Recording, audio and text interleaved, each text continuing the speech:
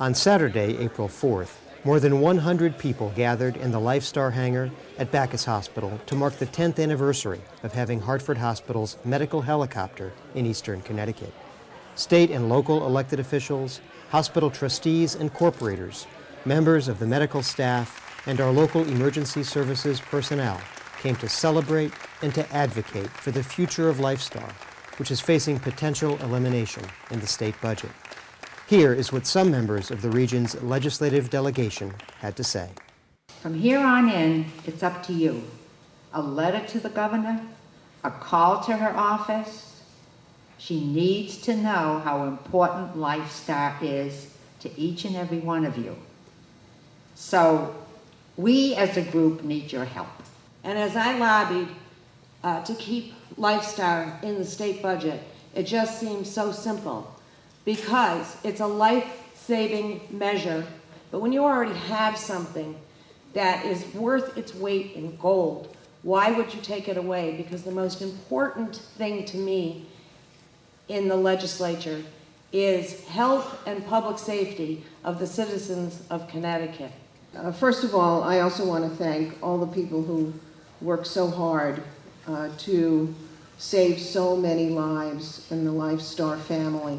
And the families of Eastern Connecticut appreciate all you do, and I know you can't hear from all of them, but just knowing that LifeStar is available if there is a need is comforting to people throughout the state, especially to those of us in Eastern Connecticut who many times are sort of left out of the equation.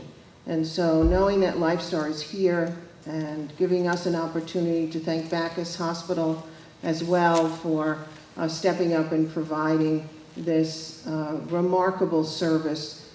10 years of saving lives, congratulations, and 24 years of LifeStar is just remarkable. This is not the first year that this has happened for the LifeStar. The governor's proposed budget, which we had in February, did indeed include these eliminations of the subsidy from the state, but it's not the first time it's been suggested. And 2 years ago we saw the same thing, and I believe prior to that as well. In government, it's often the ideas that come back again and again that occasionally have the chance of, it enhances their chance of success. So I really do hope that we will be hearing from lots of you, and that the governor will as well, because this is a service that plays into things that we like to talk about in government all the time. We talk about a seamless system of health care and how we can make our transportation system work for everybody in the state in huge sort of lofty language like this all the time. You can't do that if you're going to forget a service like the LifeStar, because that's what creates, that fills in the gaps between those scenes, most particularly for us here in southeastern and eastern Connecticut. We don't have the advantages, perhaps, of the road system, the transportation system, or the access to, immediate access to trauma centers and emergency departments and hospitals that is perhaps taken for granted in other more crowded parts of the state. And that's why it's so important to us. We heard our charge from Senator Prague.